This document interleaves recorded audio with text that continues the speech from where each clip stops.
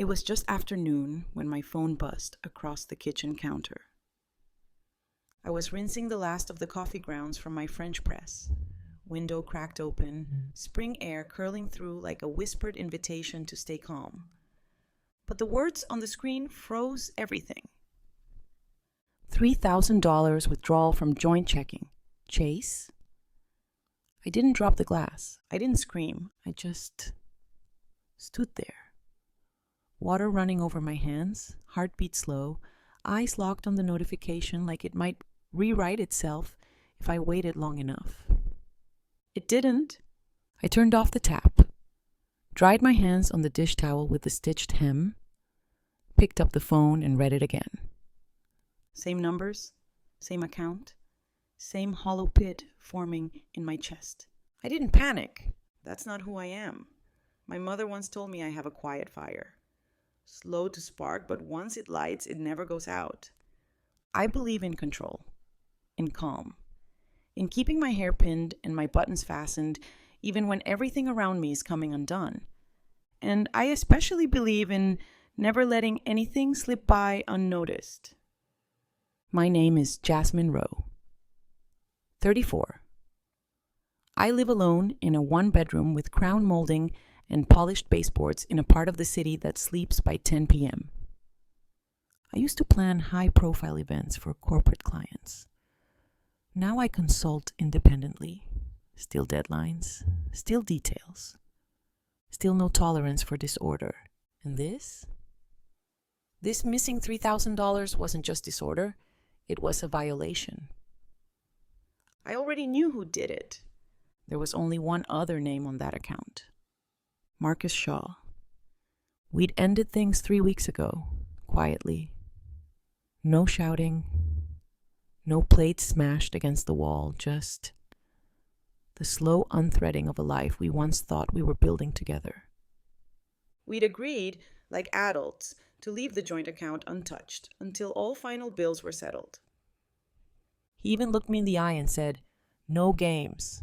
We'll be fair about it." That was Marcus, though. Always said the right thing. Always made it sound like honesty. But I'd seen that look before. That smooth smile that didn't quite reach his eyes. And now, $3,000 was gone.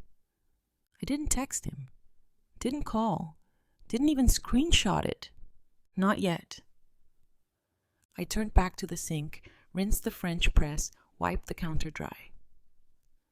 Outside the window, a crow hopped across the fire escape. Something shiny caught in its beak, a foil wrapper maybe. It looked proud, like it had pulled off a clever little theft. I watched it vanish into the sky, and something in me shifted. Because Marcus had just triggered something he didn't even know existed. I don't make scenes. I make systems. And he had just entered mine. Fade to black. A soft alert tone echoes. 3,000 withdrawal. Chase. The night we ended, things didn't feel like an ending. No slammed doors. No tears. Just 2 wine glasses half full, sweating on the coffee table. Old jazz humming from the speaker like it was trying to fill the silence we couldn't. We sat on opposite ends of the couch, like strangers, at the edge of something already gone. Marcus tapped his fingers against his thigh. That little rhythm he always did when he wanted to seem unfazed. I watched him for a moment, then folded my hands in my lap. "We'll split everything clean," I said, voice even. "I'll cover the last rent. You take the utilities. We close the joint account when it's done."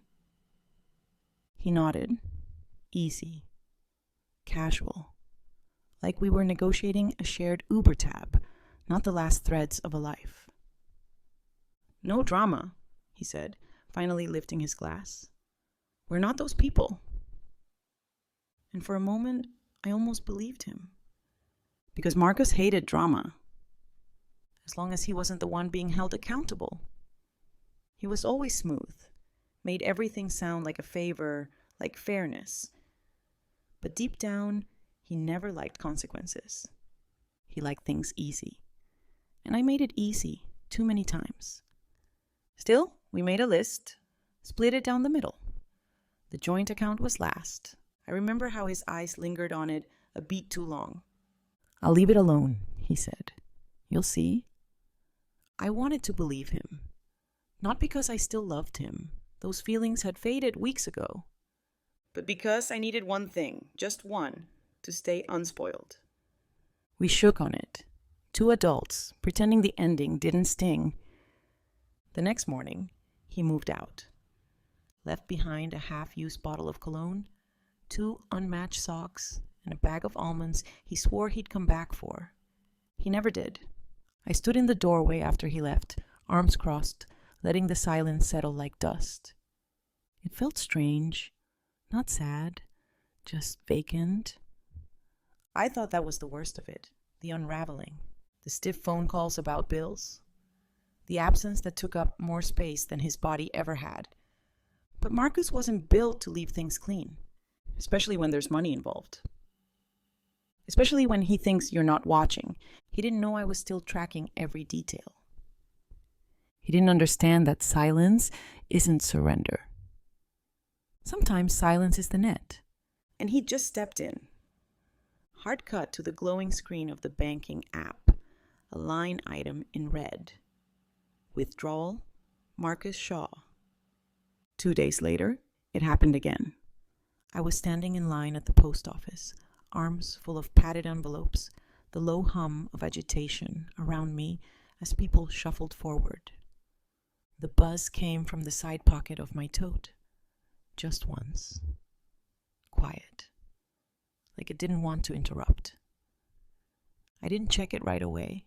I held my place in line, tapped my thumb against the envelope in my hand. Let the moment breathe. When I finally got to the car, I sat in the driver's seat and opened the message. $5,000 withdrawal. Joint checking. This time, I did take a screenshot. Still no reaction on my face. Just a breath. Slow, measured, like bracing for wind that never arrived. 5,000. On top of the 3, he was escalating, getting bold, like he thought time gave him permission. Did he think I wasn't paying attention? That the silence meant forgetfulness? Or worse, that I just let it go? Maybe he thought I was too soft, too polite. The kind of woman who avoids confrontation for the sake of peace. He had no idea. Marcus always mistook calm for weakness, but calm is just preparation. And I had already started. The night after the first withdrawal, I called the bank, not to report anything, just to ask questions. Polite questions, measured, curious. I took notes, logged the transaction ID, filed the call reference number, printed the screenshot, slipped it into a manila folder and labeled it Joint Account Discrepancy. That was before the second theft. Now the file had weight. Back home, I opened my laptop and logged in. Every detail laid bare. Date, time, withdrawal method. There was his name again. No memo, no context, just clean theft. He'd said no games. But this wasn't a game. It was documentation. It was structure. It was strategy. Marcus didn't know he'd just handed me the rope, and I don't pull until it tightens. Cut to Jasmine at her desk. A printer clicks. A folder opens.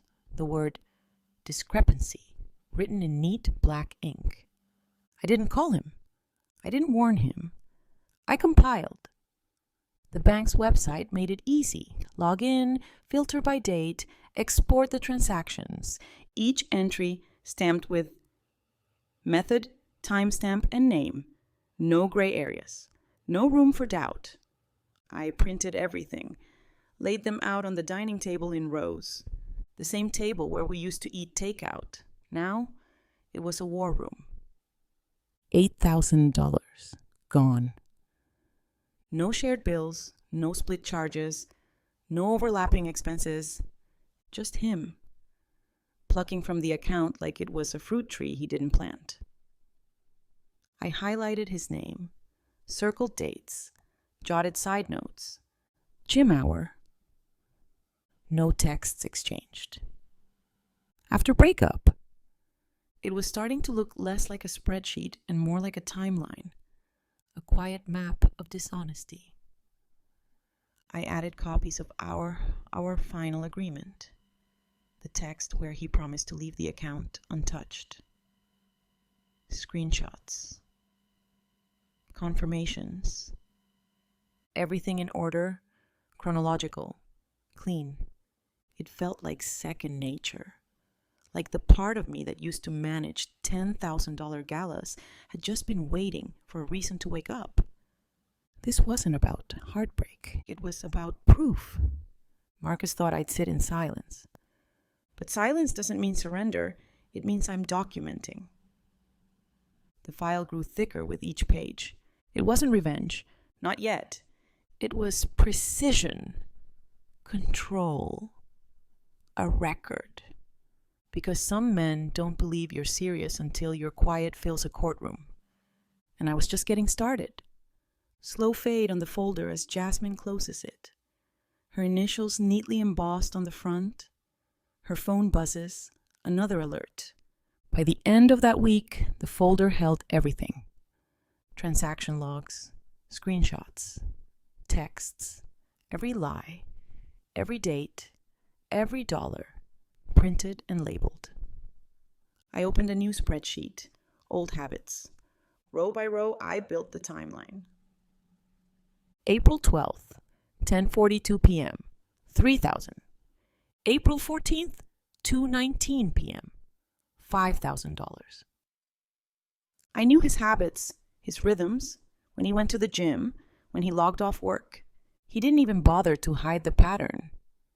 He counted on me being distracted, on me staying quiet. I flagged the withdrawals that fell outside any agreed-upon expense, which was all of them. Then I found something else. The final rent receipt.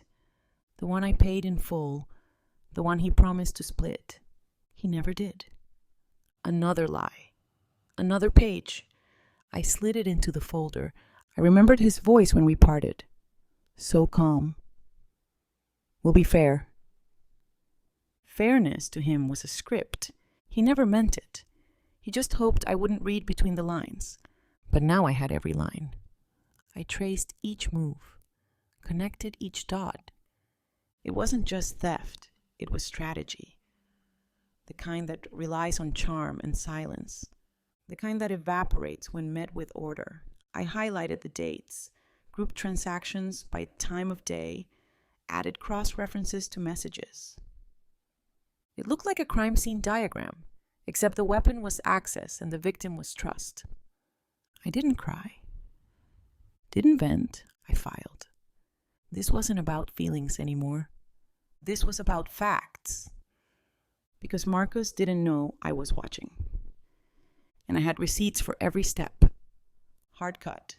Rows of paper laid out under a warm kitchen light. Red ink circles. Post-it notes like crime scene tags.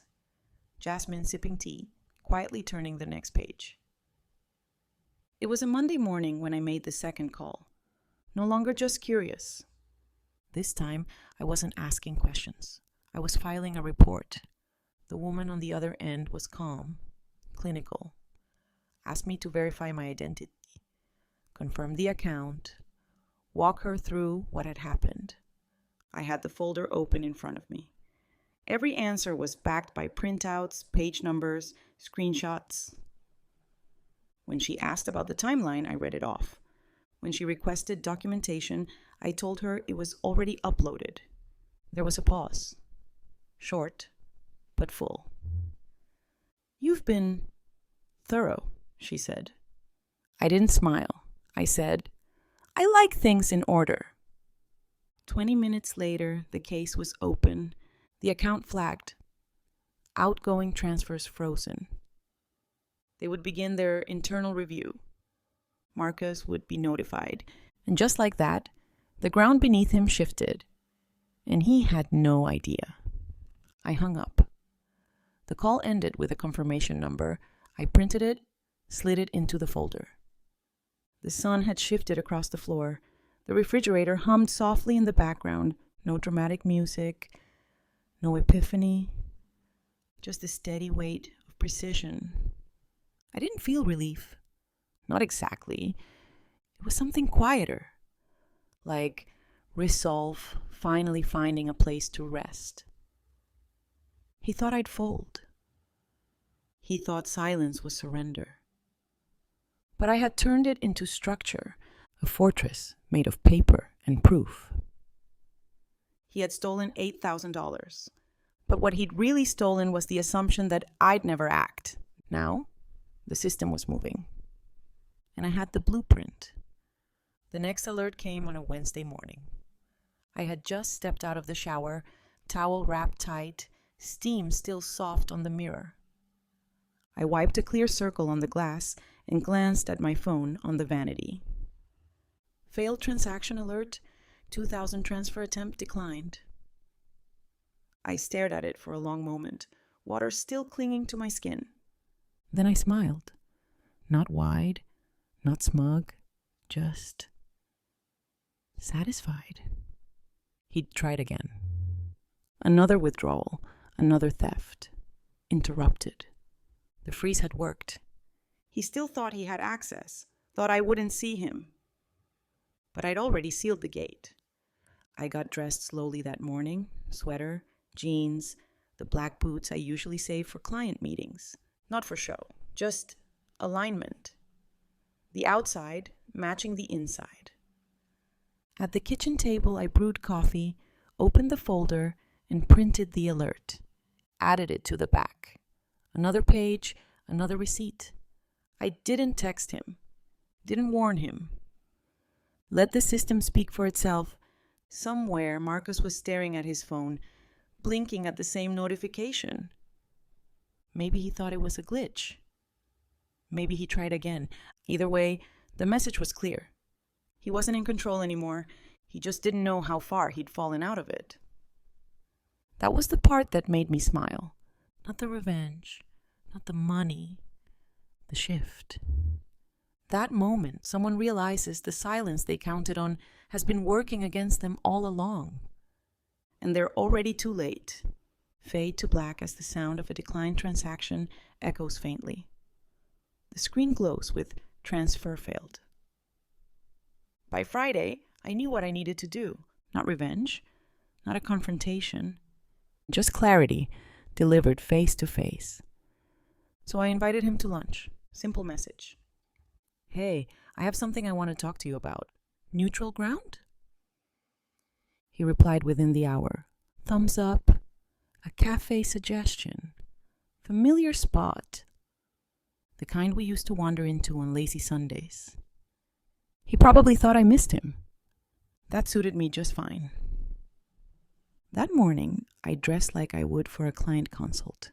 Structured trench coat, black boots, gold hoops, lip balm, hairpin soft, deliberate.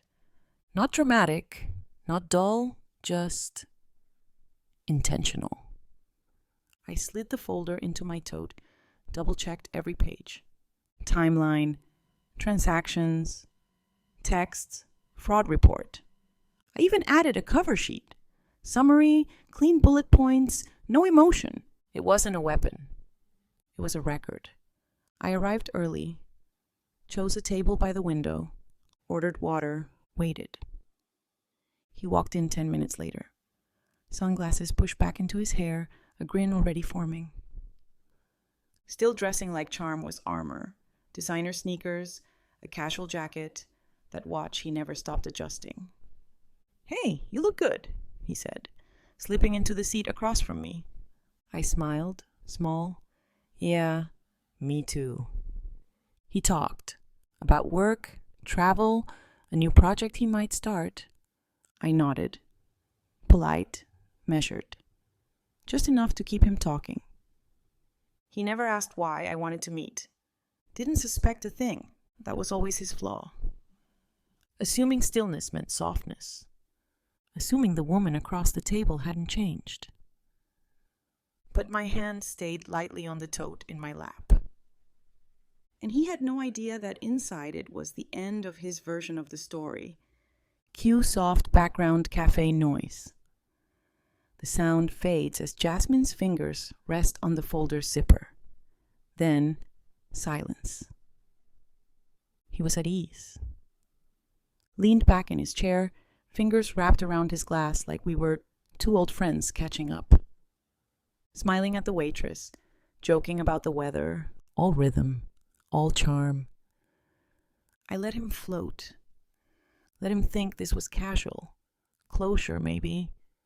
But I was watching, and my silence wasn't agreement. It was a signal.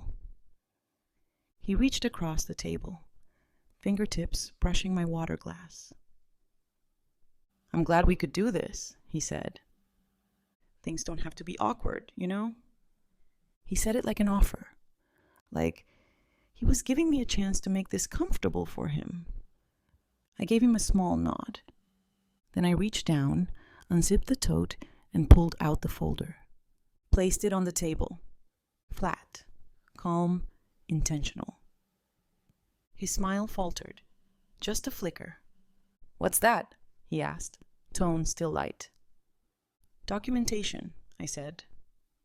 He didn't move right away. Then, cautiously, he opened the cover. The first page stared up. Transaction logs, his name circled in red. Then the timeline. Screenshots. Fraud report. His posture shifted. Slight. Enough. He flipped another page. And another. Each one peeled back the charm he had wrapped himself in. He glanced up, eyes scanning my face. I didn't blink. He leaned in. "I didn't think it was going to be a big deal." His voice was quieter now, tentative. "I meant to pay it back. I just needed it. Temporarily." I waited. Let the words hang, measured, empty. "The account's frozen," I said, flagged under investigation. That hit. His face twitched, fingers clenched slightly. "You reported me?" I didn't answer. Didn't need to. The folder was louder than anything I could say. He shook his head. "Damn, I didn't think you'd go that far." I lifted my glass, took a slow sip, and set it down. "You didn't think I'd notice. That's not the same thing." His silence finally matched mine, and for the first time, he realized. He wasn't the one holding the narrative anymore. Fade out as Marcus flips to the cover page. Unauthorized transactions, $8,000, stamped in clean black ink. His hand hovers, trembles slightly. He didn't speak right away, just kept flipping pages like the ending might change if he moved slowly enough. His fingers paused on the texts, his own words, promising fairness, promising no games. Time-stamped, circled, receipts. I watched him try to assemble a new script, something softer, something that could bend the facts into excuses. He cleared his throat. "I was under pressure, things have been tight lately, you know how it is." I nodded once.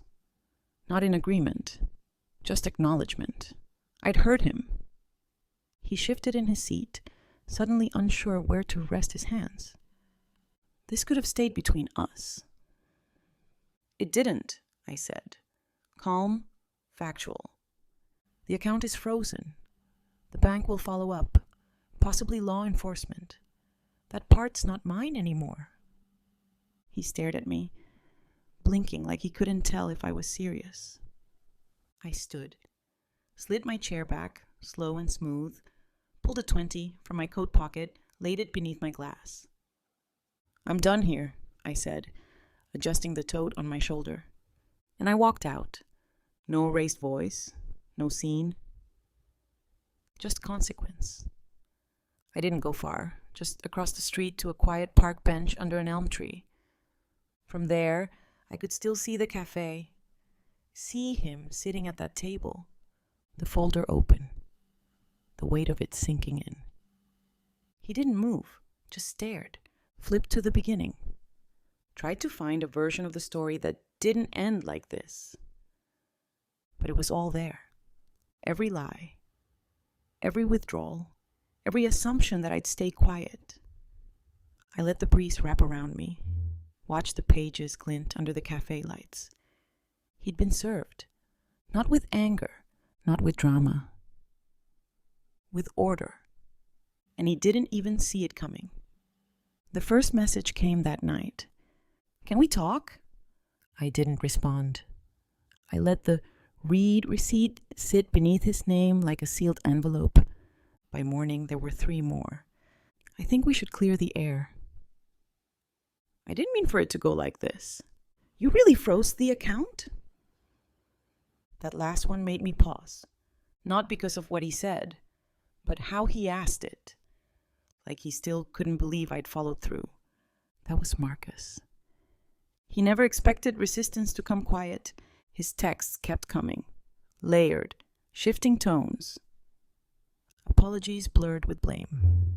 Remorse wrapped in nostalgia. He mentioned the good times, the Sunday mornings, the trips, as if memories could soften what he'd stolen. But I wasn't that woman anymore. I remembered those mornings too, but I remembered the overdrafts, the silence when rent was due, the way he changed the subject when I asked for receipts.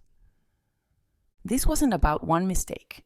It was a pattern, and I had tracked it all the way to its end. I went for a walk around the block, let spring air cut through the noise of his texts. Kids riding bikes, dogs barking behind fences, the world moving on. When I got back, I lit a candle sandalwood and sat with the quiet. He could keep messaging, keep spinning, keep trying to rewind what had already been documented, but I wasn't listening anymore. The silence I'd chosen wasn't for him, it was for me. Because what he took wasn't just money, it was certainty. And now, I'd taken it back. Hard fade. Jasmine's phone buzzing on the counter, screen lit with a new message. She walks past it without a glance. The candle flickers in the background. The email arrived the following Tuesday. Subject line, fraud case, status update, and investigator assignment. Her name was Marissa Lang. Bank Fraud Division. Calm tone. Direct line. Secure upload link. She requested a few clarifying documents and a written statement summarizing the history of the account. I already had everything. Within the hour, I responded. Transaction records, screenshots, our agreement, my declaration. Each file uploaded in order, each labeled with the same precision I once used to coordinate venue contracts and logistics schedules. By mid-afternoon, Marissa called. Her voice didn't flinch. Steady, no nonsense. She confirmed she had the documents. Then walked through the timeline with me. Date the account opened. Last mutual transaction. Any written proof of intent. I answered cleanly. She said they'd contact Marcus within the week. He'd have his chance to respond. But her voice carried a certainty. She'd seen enough to know who built their case first. After we hung up, I stayed seated. I didn't feel triumphant. I felt confirmed. My instincts had been right. My structure had held. Silence hadn't been passive, it had been active, protective, exacting. Somewhere, Marcus was probably pacing, wondering how it had escalated so fast. But it hadn't. He just hadn't noticed how far I'd already walked ahead of him. The folder was closed now, but only in the literal sense. The system was moving, and I didn't have to push it anymore. The days that followed weren't loud. There were no grand gestures, no public apologies. Just quiet. And in that quiet, the patterns revealed themselves. I started seeing it clearly. The moments I'd dismissed. The time he borrowed my card just for gas and racked up charges at an online boutique. The month he swore he paid his half of rent, only for me to discover the transfer never happened. Back then, I believed his explanations gave grace where I should have drawn lines, because he said he loved me, because he smiled when he lied. It's easy to ignore red flags when they're draped in affection. But now, with every receipt cataloged, every promise contradicted in writing, I saw what it really was. Not missteps, not forgetfulness, but manipulation, soft and consistent. He hadn't just taken money, he had taken peace, stability, the illusion of mutual ground. I spent one evening scrolling through old photos, vacations, Sunday brunch, lazy afternoons on the couch. We looked happy, but now I saw the effort in my eyes, the ease in his. Even in those images, the imbalance was there. Me holding, him leaning, and I kept holding until I didn't. This wasn't about 8,000. It never really was. It was about erosion, one unspoken debt at a time. And now the scale had tipped. Not with a scream, but with clarity. It arrived on a Thursday. The subject line was cold, official. Fraud case resolution, final determination. I clicked it open, hands steady. The language was clipped, clinical. Withdrawals deemed unauthorized. Marcus Shaw's access permanently revoked. Account closed pending optional restitution proceedings. They'd ruled in my favor, all of it. There was a line about legal escalation, how I could pursue formal charges if I wanted, but I didn't need a courtroom. I already had everything I came for. Validation, closure. The final say, delivered not in emotion, but in black and white. I printed the email, punched 3 holes, slid it into the very last slot in the folder. The folder that had started with a single alert and ended with a quiet reckoning. I thought briefly about forwarding it to Marcus. No note, no commentary, just the verdict. But I didn't. He didn't need to hear it from me. Let the silence stay intact. Let the system speak in my place. That night, I stood at the window with a mug of tea in hand, the city unfolding beneath me in quiet rhythm. It had rained. The pavement shimmered like something being rinsed clean. I didn't feel joy. I felt done. The wall I'd built stood complete, not out of revenge, but because I no longer owed anyone the burden of explanation. I had done what I needed to do, and I hadn't needed to raise my voice to do it. A week later, I went to the bank, not to follow up, not to file more paperwork, just to close the account. It was still technically open, frozen, flagged, locked down. But I wanted it gone. The branch was quiet. Tucked in the corner of a shopping plaza, I'd driven past 100 times without stopping. I waited in line behind an older couple chatting warmly with the teller. When it was my turn, I stepped up and explained what I needed. I'd like to close a joint account, I said. There's no balance. It's been frozen. The woman nodded. She didn't ask why. She didn't need to. It took 3 signatures and a few keyboard strokes. Then she slid a receipt across the counter. You're all set. I folded it neatly, tucked it into my wallet, and walked out. The sun was soft, angled. Light filtered through the windshield in long streaks as I sat in the car for a minute. It was over, not in a dramatic slam door kind of way, but in a gentle finality, the kind that settles into your bones without asking permission. That account had always been more than numbers. It was residue, a tether. I didn't need any more. And now it was closed. I drove home with the windows cracked, air drifting through. No music, just the hum of the road. When I got home, I pulled the receipt from my wallet and slipped it into the folder, the last page. Then I sealed the folder in a simple envelope and filed it. Not hidden, not buried, just archived. Its space on the desk now held a stack of blank notebooks, pages I hadn't written yet. Clean. The silence that followed wasn't heavy. It didn't press down.